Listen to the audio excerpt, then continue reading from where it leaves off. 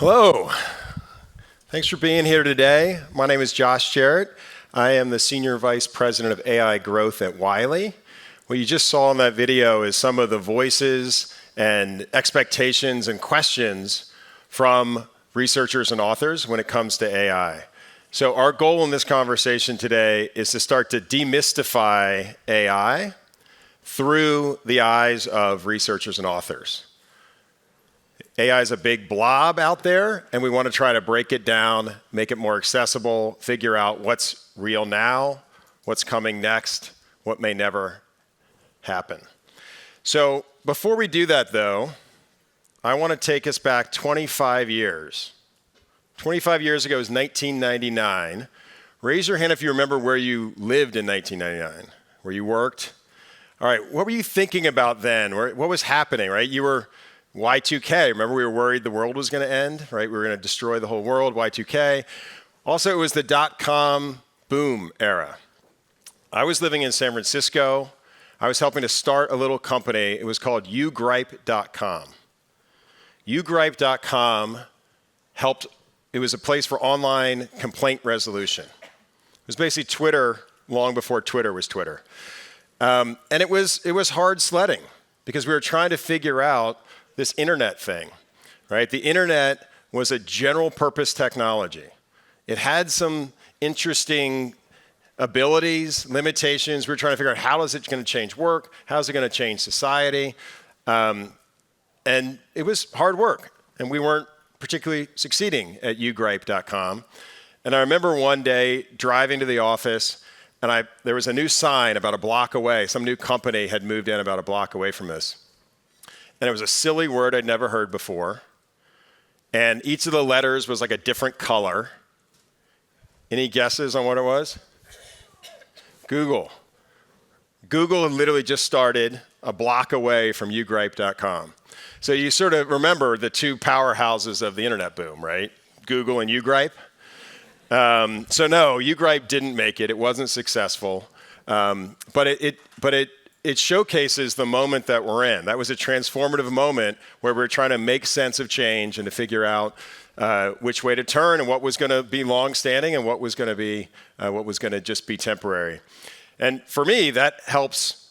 Those lessons are ones that we can build on. We can learn from that. This moment in AI feels a little bit overwhelming, but we've been here before.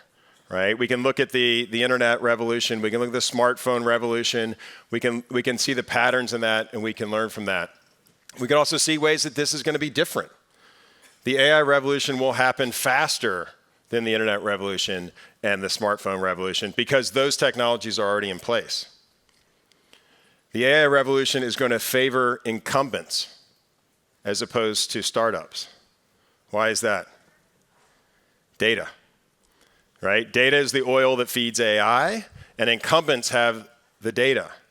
So just because we've been around for a long time doesn't mean that it actually isn't an advantageous position.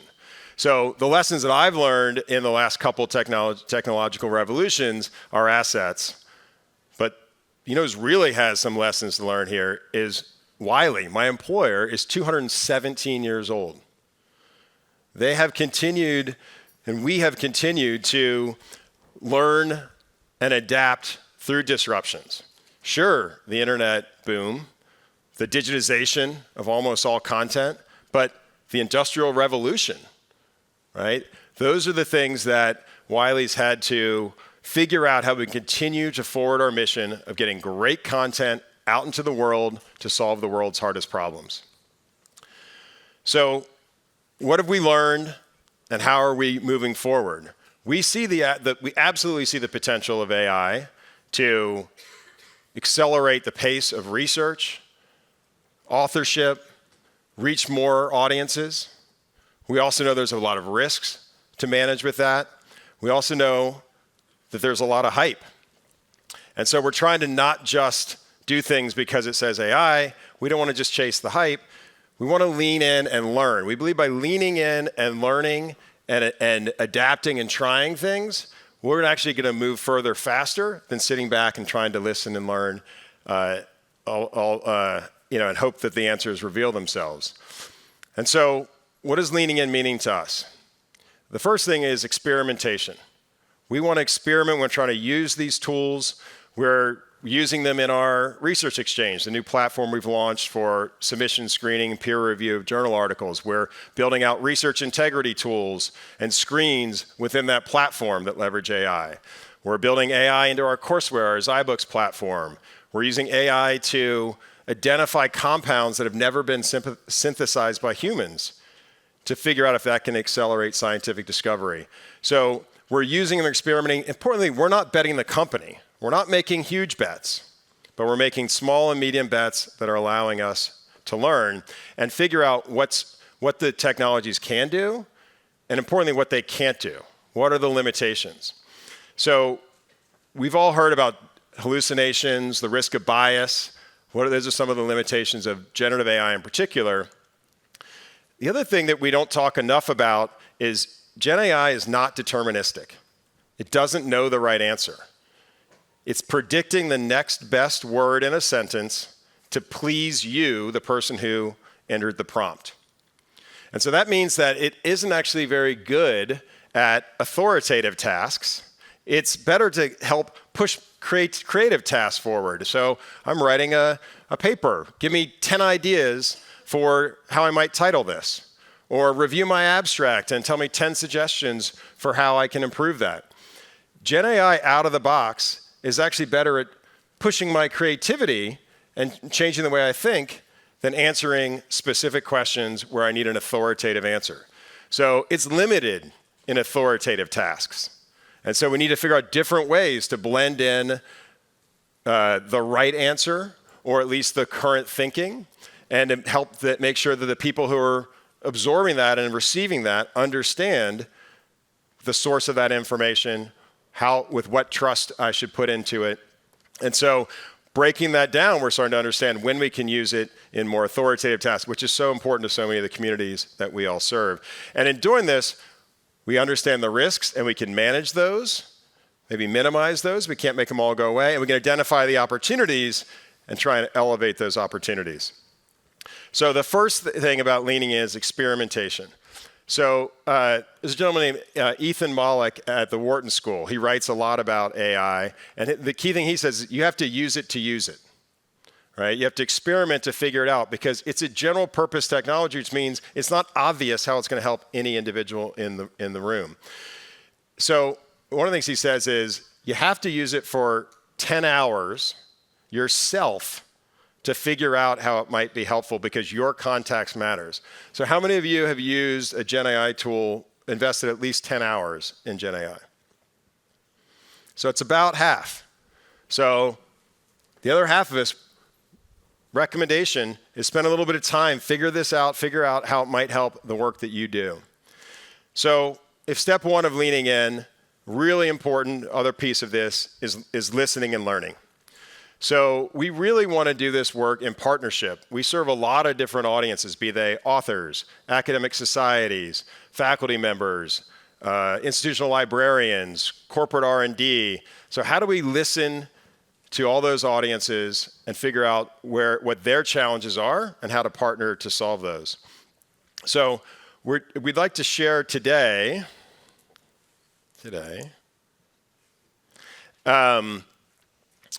some recent work that we did. We undertook a large study to understand specifically for researchers and research authors these two questions. How are you applying AI in real-world scenarios? And how do you hope and expect to use AI in future applications? Again, we want to break down this blob of AI into manageable pieces. So when we've gone out and talked to them, one thing is clear is as researchers are thinking about AI, it's almost like electricity, right? It has the potential to power devices, but until you plug in an appliance, till you plug in a light bulb, it doesn't actually do much. It may be some sparks, some lights, sort of almost a parlor trick. It's really the applications that you plug into it, and that's what I think there's a lot of interest and excitement around, is what are we going to plug into it? So what are researchers using today So we asked them, what generative AI tools have you used prior to this survey? So ChatGPT is the big one that many of us have heard about, and 8 out of 10 have used ChatGPT. But take a look at this. No other tool up here has more than 18%. We're at the very, very, very early stages of using these tools in research and authorship. So here's the research that we did. It was a 2-part study. The first part was qualitative. We sat down with a lot of researchers. We said, well, how are you using it today? We heard some of those things. We're really not using it today. We really tried to speak to people from different parts of their career, around the world, different disciplines to get a wide-ranging point of view. And they said, we're not using it. And so we went back and sat down with our experts and really tried to understand why that was the case, and identified a number of use cases that we'll talk about in a second to start to hang our hat on, not AI as a big idea, but specific use cases that could use AI to help these researchers. So then we went and we did a global survey around those use cases. So the results are we have almost 5,000 researchers who've responded to this survey, covering 158 countries, 60 fields of study. This is probably, I can't say for sure, but this is probably the most comprehensive study of AI usage among academic researchers done to date. And here's some of the things we heard from them. I think I'm not using all the AI I should be, right? Am I missing something? Right? The sense that there's something out there, but not a lot of, I've got it figured out. Right? And so that's where we really wanted to break it down into the specific use cases. So we identified 43 specific times and places that researchers could use AI across 5 phases of the end-to-end process. So determining what to research, conducting that research, preparing the findings for publication, the peer review process, and then promoting and sharing the article, that content to the world. So we're going to talk about what we found in each of those phases. For each of the use cases, we asked them, tell us where you stand on these 5 dimensions here. How interested are you? Is this a novel idea? Is it new? How long will it take to be accepted? AI performance, who's better today? Human or AI? Where do we believe that the capability of the AI systems are? And what role do we want publishers to play in these different applications? And we really focused in on 2 of these dimensions. That dimension of interest, right? Above average interest. I'm really excited. I'd like to use this. And the ones below average. I'm not today, not me. It's not my jam, right? And then on the other dimension was, do I believe that humans currently are better at this? Or do I believe that AI is currently better? So what that allows us to do is think about those intersections and create these different quadrants. Right, in the top right are the highly popular current use cases. This is ready today, right? This is where I'm using them today. I want to use them. Why aren't I using them more? Makes sense. I'd like to use them. I think AI would be good at it. That's different than on the left, top left, where, you know what, I'm interested in it, but I don't think the machines are good enough yet. They're not better than humans. So we call those highly anticipated use cases. They're coming soon, hopefully. They're anticipated, but they're not here yet. On the bottom left, that's where it's neither particularly interesting, and I don't think that the machines are better than humans. Those are really the human-preferred use cases. And then finally, on the bottom right is, yeah, AI does it well, but I'm not that interested. So they're just less exciting, but we could be doing those today. So we plotted each of those 43 use cases along these different dimensions and into this framework. We're talking about 4 things that we learned from this research. The first thing we learned is research and authors believe this is inevitable. AI is inevitable. This is happening. We can't put our head in the sand. 69% of them believe that AI skills are going to be critical in the next 2 years in their field. This is not like, I got 10 years to retirement. I could probably wait this one out. 2 years, critical in my field, will be required. I'm going to have to sort this out. So clear trend. We got to figure this out, and we got to figure it out quickly.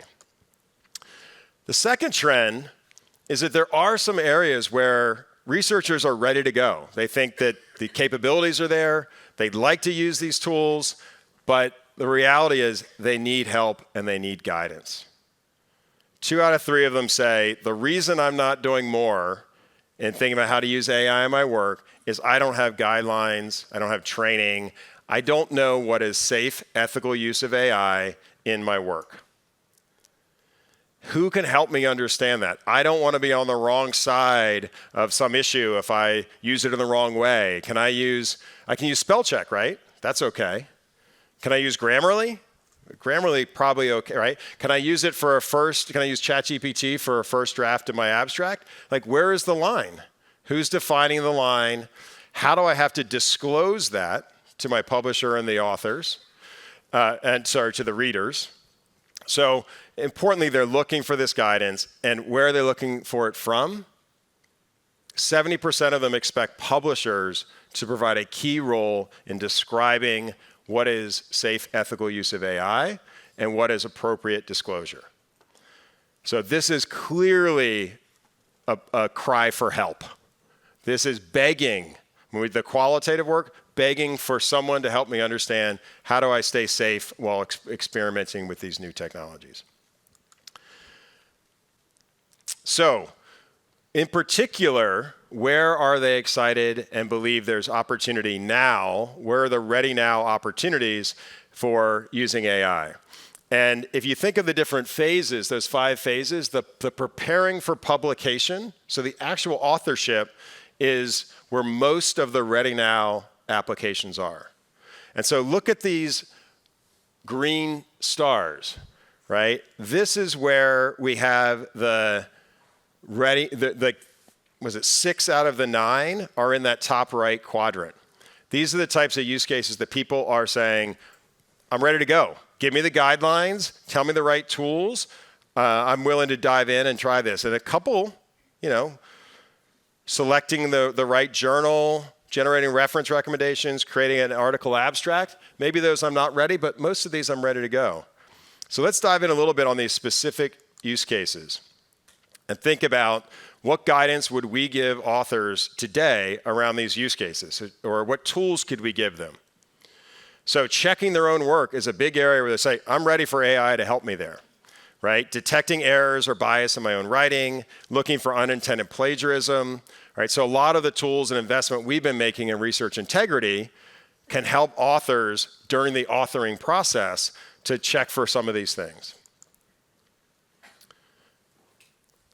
The actual writing process, writing assistance, formatting. The amount of complaining about formatting things into different submission guidelines. That article doesn't get accepted. You have to submit it to a different journal, different submission guidelines. The amount of cutting and pasting, reformatting. Can AI help me with that? Generating citations, checking those citations. Those are places where researchers are ready to roll. Also, in terms of once I get this published, how do I get it out there more? How do I create more plain language summaries for different audiences? How do I think about scientific education to get things beyond the spine, as one of my colleagues like say about books, get it out of the spine of the book and out into different use cases. So those are critical right now use cases. But I want to talk about what's maybe anticipated use cases. And the answer is that there's other places that researchers are asking for help. They think that's coming next, but the tools aren't there yet. They're not ready yet. And so those 43 use cases, 39 of those 43 use cases, researchers said, I'm interested to implement this in the next 2 years. And over half of those, they believe that AI was already better than humans at those tasks. So there's a whole category where there's an opportunity. Researchers are saying they're ready, but we're not implementing yet. And so these are what we call highly anticipated use cases. So if there's entrepreneurs or startup people in the room, this is your product roadmap. This is what they've said, this is what I want next. I want help identifying gaps in the literature. Where is there a hypothesis that maybe hasn't been asked? Or maybe where there are two studies that actually have conflicting results, and maybe there's an opportunity to do more research on that topic. Where can I look at an adjacent discipline to find how they've solved a similar problem and can now apply it to an unanswered question in my field? How can I see where the trends are going? How can I follow the funding, follow the publishing? Where are we likely to head in the future? I want tools for that. I think I'm ready for them. I just don't think AI is good enough yet, or at least the tools I've seen are good enough yet. Generating recommendations. What references might I use? How do I select the right journal to submit my article to? How do I identify the right peer reviewers? I like these tools. I haven't seen good ones yet.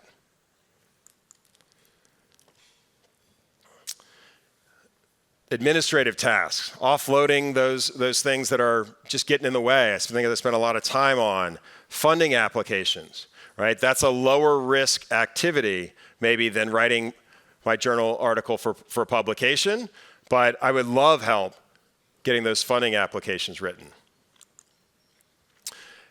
And then once things are out there, how do I get more of these tools out there? How do I create the scientific communication tools, et cetera, so that more people can engage with my work? So that's the roadmap for where the products need to go next. So if you remember, we sort of talked around this framework. We've talked about the top right bucket. We said, ready now, give me guidelines, give me support, show me the tools, tell me how to disclose, because I'm ready to go now. Highly anticipate, I need better tools. Prove to me that these tools exist, that AI can be helpful. And then we're going to talk about the bottom left here with the last trend, which is where do we believe that human capability is most critical? And there's some areas, particularly around the peer review stage. So if you look at the top, this is the fourth of those 5 stages. This is the peer review stage. Remember we saw all those green stars before? Now we see a lot of gray triangles, right? This is where the human experience is preferred. And so maybe I'm willing to identify peer reviewers with AI, but once you're starting to talk to me about assistance in writing the peer review articles, giving automated feedback in terms of changes that author might need to make to the article, like now I'm starting to feel a little bit uneasy. And so the reality is, peer review, there's a lot of conversation on it. That's probably a phase 2, phase 3 area that is going to get addressed as we think about the AI revolution. It's probably not the first place where we'll see a lot of activity. So let me wrap up with what we've learned and then talk a little about the implications and recommendations and how we as Wiley are going forward with these and our recommendations to the broader field. So researchers are enthusiastic, but realistic. They're still largely standing on the sidelines. They want help and guidance on the types of tools and the types of disclosures that are permissible. And there's still a set of things where the human's going to need to continue to be in the loop, that human judgment is going to be required. And so it's really critical that we parse out AI into the specific use cases for specific individuals. So what does this mean for us as the broader community? We have a lot of stakeholders represented in this room who are part of the production of great ideas out into the world. So what do we need to do collectively to lead the community forward? And we see 3 calls to action that we're bringing forward to Wiley from this recent survey work, and we want to share here and encourage all of us to be part of these 3 actions. The first one, I've already hit on it about 5 times, is we have to help authors. and researchers. We have to empower them to understand which tools we can use, what does safe ethical use look like, and what does disclosure look like. So if you take nothing else from this presentation, on Monday morning when you're back in your office, think about, what are we doing on this? Do we have clear guidelines? Have we looked at the tools? Have we scheduled a training? And importantly, what can we do collectively so we don't have 50 versions of the guidelines, but how do we think about the kind of shared guidelines that would help us figure out when I can use these tools and when I can't? I think the era of AI augmented creativity is upon us.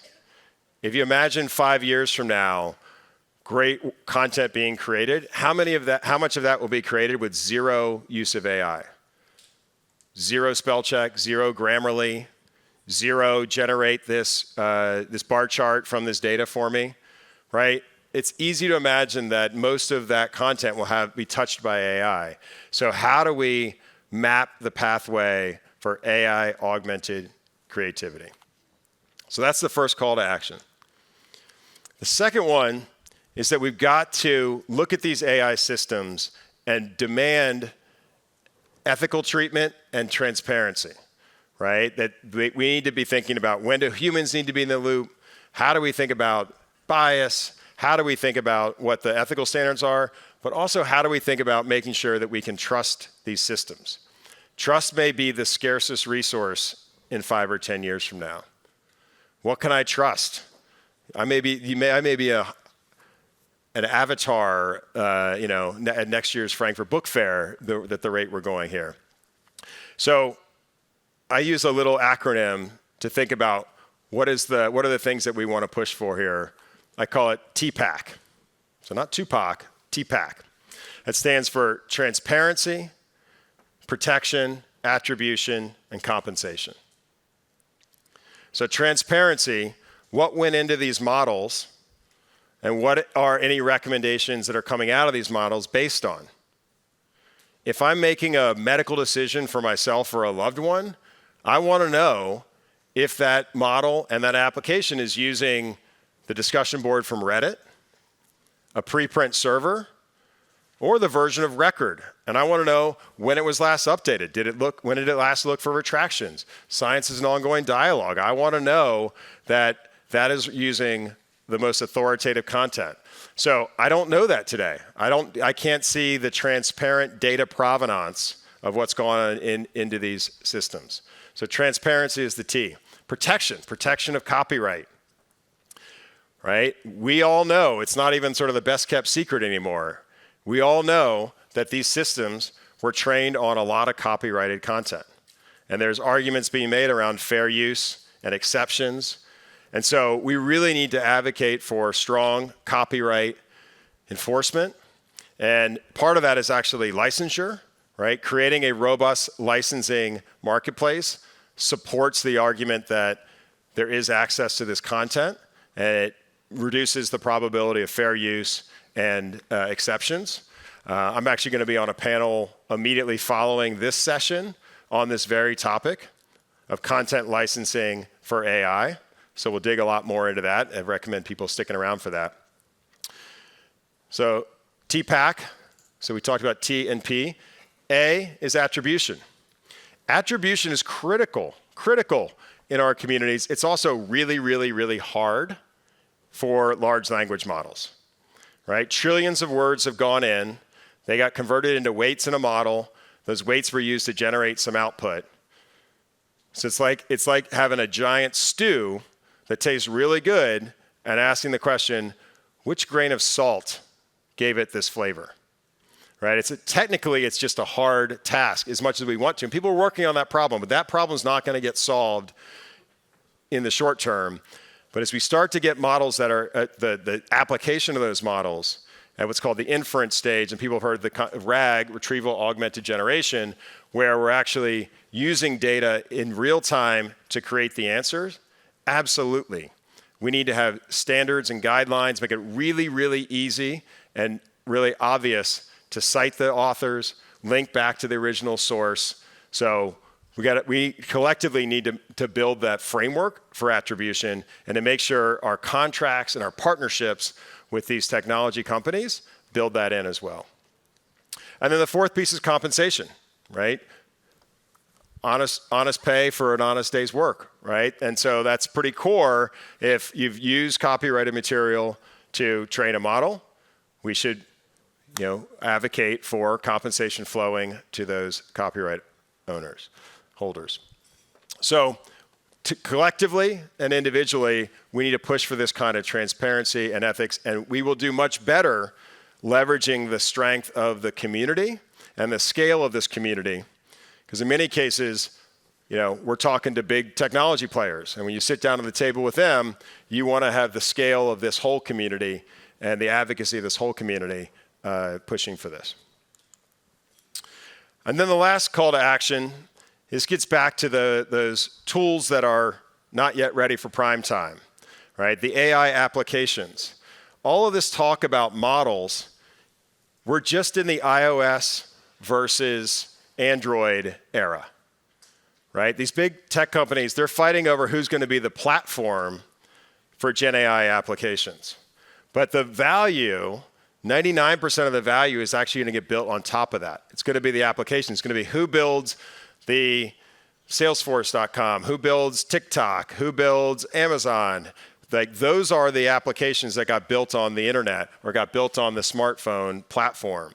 So we've got to spend less of our time talking about the platform and instead talk about the applications, the agents, and the assistants that are going to help people actually get their jobs done and create value.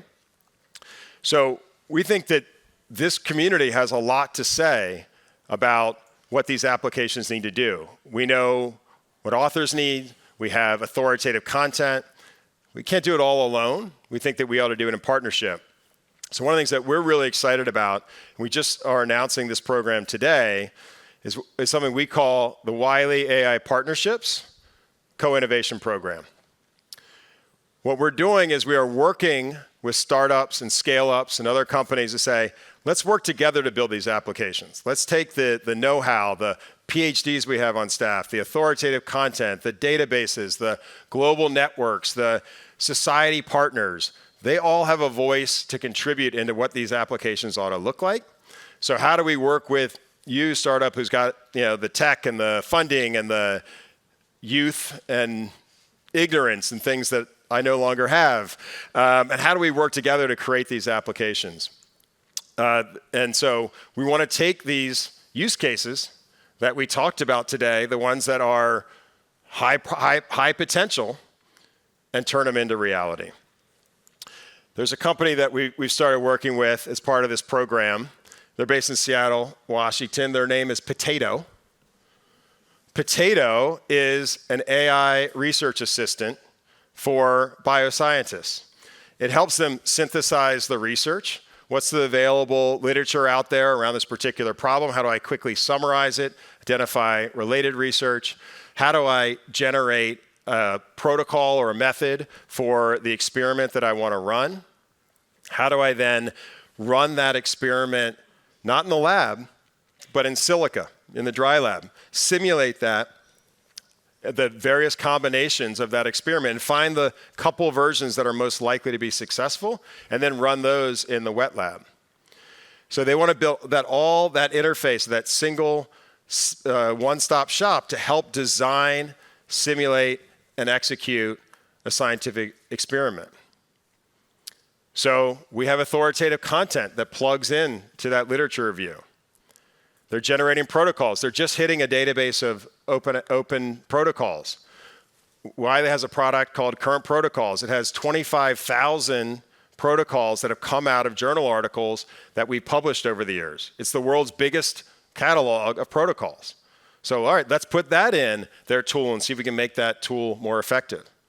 And let's think about our global distribution network. How do we take this product to market that doesn't just leverage Potato's sales force, because they're only selling through grocery stores, and leverage the Wiley network. So that's an example of where we think we have something to bring, but not everything. And we want to create more of these partnerships because we think that's really critical for how we're leaning in to AI, how we're taking action experimenting, we're listening to our stakeholders, we're learning, creating, and refining our approach.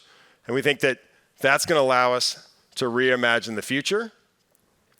And ultimately, if we do that together as a community, we think that will allow us to shape the AI future, not be shaped by it.